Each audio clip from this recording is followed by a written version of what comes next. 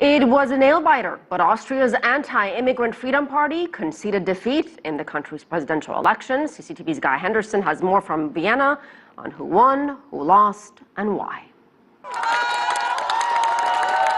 The people's choice, but only by around 31,000 votes. In his victory speech, Austria's president-elect Alexander van der Bellen called for unity.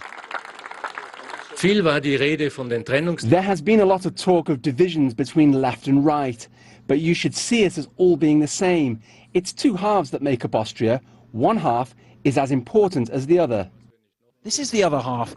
Supporters of the far-right Freedom Party celebrating unprecedented gains before their defeat. Their candidate Norbert Hofer's cries against multiculturalism and mass immigration connected with many Austrian voters.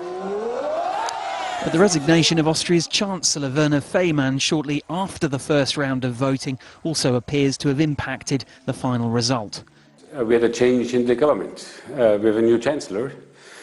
More than half of the population is glad about the change in the government. They are more optimistic, and people happy with the change in the government voted about 70% for van der Bellen. So that's one of the main reasons what changed the country between these two elections. Given this election's razor-thin margin of victory, bridging differences is likely to remain difficult. Isolation is not the right way, but what is the alternative? If you have a party who lives with xenophobia, who pretends the racism, who hates the European Union and all problems we have in Austria. Clearly van der Bellen is the man that leaders in both Brussels and Berlin wanted in the presidential palace. But the far right has again challenged the liberal status quo here. And even in defeat, it's likely to remain a force.